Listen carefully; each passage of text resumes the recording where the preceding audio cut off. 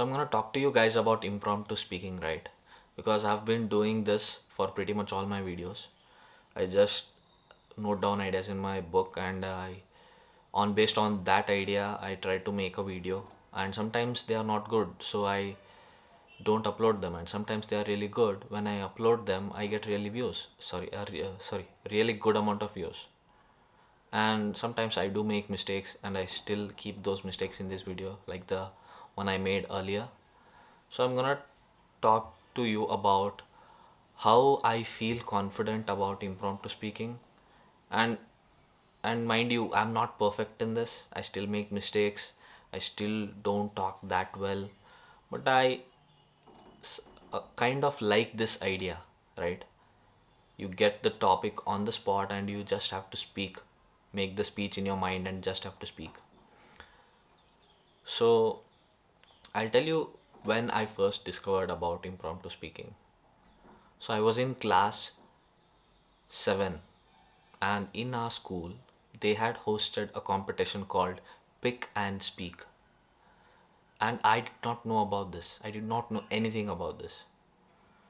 But when the senior students came to our class to collect names for the competition, for whoever wants to participate in the competition, at that time it was our English class, and I was really good at English in our class. I mean, my written English is good. I got really good marks in school. So my English teacher she was impressed about my studies and how I did well in class and all that.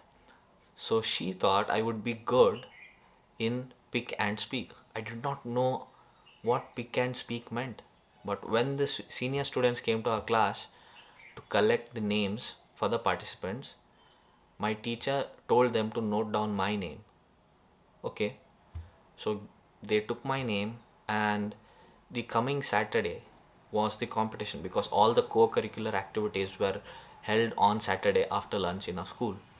So I was really curious about what this competition was, and after the class I went and asked my teacher, and she just said that, you know what, they'll give you a topic on the spot and you have to speak about it. That's it. That's pick and speak. You have to literally pick a topic out of so many topics that are, put into a bowl where they have put so many chits of topics. So you have to randomly pick a chit, and you have to look at it. Whatever topic you get, they'll give you 1 minute for you to prepare mentally, and then you have to go and speak on the spot. And whoever speaks better or whoever talks really good, they're gonna win the competition. So I was kind of in confusion. I thought, bro, how do I prepare for this? I mean, I don't know the topic because in our schools we always used to, we are always used to this habit of, we get the notes from the teacher when we were in fifth, sixth, seventh grades, and we used to study them.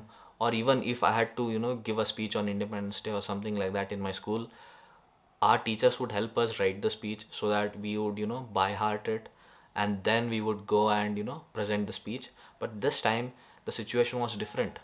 I did not know what topic to prepare for. And even though the teacher told me how to prepare, I did not just care. I thought, you know what, I'll just skip that day and I'll give some medical reason saying that I have a stomachache and I'll just take a leave on that day. But and I forgot about it. But what happened was I went through the week. I wasn't aware of it. But on Saturday after lunch, when I was not aware and I just went back to my class, then they started calling me for the competition. Now, I wasn't aware till then. So I went and I sat in the I went and sat behind all the students, all the competitors behind the stage who were waiting for their turn to come. So when I went, I picked up a chit, and when I opened the chit, I saw that the topic was time, and I did not know what to speak about time. So they said, your time starts now. You get 1 minute to prepare your speech, and it should be it should be basic. It should be 2 to 3 minutes talk, because if you do a longer one, then you could not uh, let all the competitors participate, right? So it was a very, very small competition. So they said that we'll give you 1 minute and you have to prepare 2 to 3 minutes talk on the spot. You have literally standing there in front of whole school in the assembly area with the mic. You get 1 minute, and after 1 minute, when we'll announce for you to start, you have to go. Okay. So I had got the topic of time. So I was standing there in front of mic, literally staring at the whole school. Some of my friends, they were, trying to make me laugh. And I was really scared. I did not look at them. And on the left of the stage, all the teachers and the principal were sitting there. So I did not even look there. So just started staring at the mic, literally staring at the mic, and everything behind the mic, it became blur, like the bokeh mode in your iPhone. And when they said start, I did not know what to speak, but I randomly started talking. So I just started my speech as, you know what, I did not know about this competition, but my teacher gave my name. She thought that I would be good at this competition. So I have picked this topic, and my topic is time. So I'm going to speak on time. This is how I literally started my speech. And I said, okay, sorry, I don't exactly remember. This is how I started, and I started speaking, I think, about, I really don't like the difference between seconds, minutes, and days, and the because I said, what if the seconds and minutes were, kind of some rubbish. I said some rubbish, right? I talked about the time being uh, so short when we are, playing our favorite sports, or the time literally feels so long when we are sitting in some social science class or taking a history period after lunch. Something bullshit like this I must have spoken. And then after 3 minutes, when they stopped the clock, I, went back and sat with my friends. Then I was waiting for the results, and the results were going to be announced next week Saturday. Same on the on the co-curricular activities day, they're gonna announce the winners. So I waited, and when next Saturday came, I surprisingly got the second place. I don't know why. I don't know what they liked in my speech, but they said that, you know what, you were not terrified compared to other students. Because sometimes what used to happen was, after not sometimes after my speech, when I went there and sat with my friends, I saw literally 3 to 4 competitors. They were literally shaking, and in between, in between the competition, some of them ran off, but I completed my 3 minutes.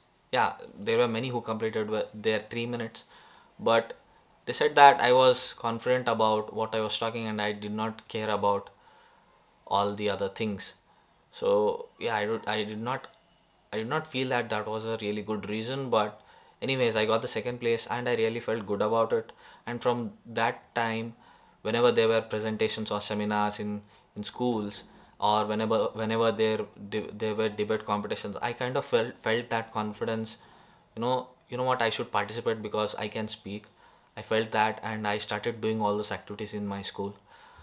So that's how I learnt about impromptu speaking. And from then on, I became really good at, giving presentations and seminars in my schools and colleges. Yeah. And from then on, I did not fear going on stage, because I think there is also some reason, because when you get familiar with your class or your school, you mostly know all the people there, so you don't care what they think. And yeah, it's also a safety net, I think, when you know the people around. But I haven't experienced an audience where I literally have not spent time with them. For example, if you are giving a presentation in school or college, you might know most of the people there, right?